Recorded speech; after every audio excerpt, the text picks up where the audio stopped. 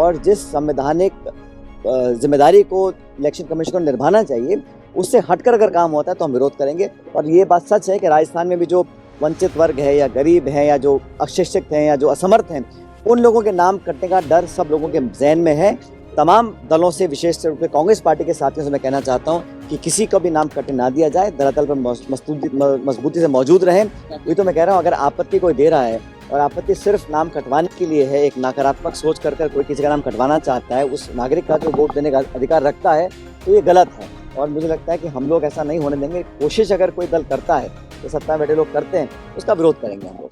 कांग्रेस के दिग्गज नेता सचिन पायलट जयपुर लिटरेचर फेस्टिवल पहुंचे, जहां उन्होंने मीडिया से बातचीत की और मीडिया ने सवालों की बौछार कर दी। जेएलएफ महाकुंभ, केंद्रीय बजट, राजस्थान में अंग्रेजी स्कूल, सूर्य नमस्कार और जिले खत्म करने पर पूछे गए सवालों पर सचिन पायलट ने बेबाकी से जवाब दिया।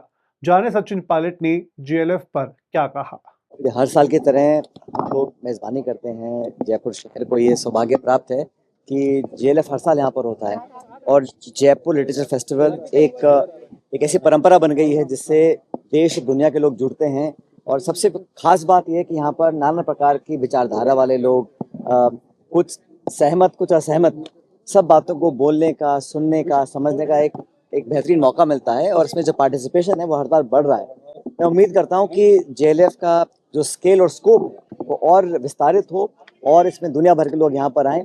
और सचमुच एक ग्लोबल एक ब्रांड बन गया है जिसका हम सबको बड़ा फख्र होना चाहिए, ना सिर्फ भारत को लेकिन विशेष रूप से जयपुर वासियों को, जयपुर के लोगों को। सभी जो अतिथि यहाँ पर आए हैं उनका बहुत बहुत स्वागत है, उनको बहुत बहुत हम लोग वेलकम करते हैं और उम्मीद करते हैं कि हर बार की तरह इस बार का जो लिटरेचर फेस्टिवल होगा वो कामयाब हो और लोग यहाँ जो भी आए कुछ नया सुनकर, कुछ नया समझकर, एक बेटर अंडरस्टैंडिंग क्रिएट कर जाएं और एक क्रिएटिव स्पेस के लिए, एक फ्री थिंकिंग के लिए, एक विचारों के आदान प्रदान के लिए एक बेहतरीन प्लेटफॉर्म है।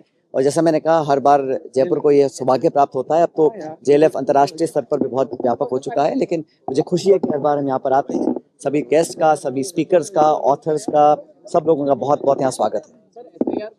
आपके पास कोई ऐसी शिकायतें आई है कि जबरन नाम काटने के लिए? और देखिए, लगभग हर राज्य में ये देखने को मिला है कि कहीं ना कहीं या तो मैपिंग में, गिनती में, जोड़ने में जो फाइनल लिस्ट होती है उसमें अपील आती है, कहीं ना कहीं गड़बड़ियां सामने आ रही हैं। मैंने प्रदेशवासियों को, हमारे जितने भी हमारे एजेंट्स थे, सब कार्यकर्ताओं को कहा कि मुस्तैदी से समय सीमा से पहले अपने नाम जुड़वाएं। लेकिन जो फाइनल लिस्ट बनेगी उसके अंदर आपत्तियों को बेवजह एक्सेप्ट ना किया जाए, ताकि जो नागरिक जिनको अधिकार वोट डालने का है वो वंचित रह जाएं।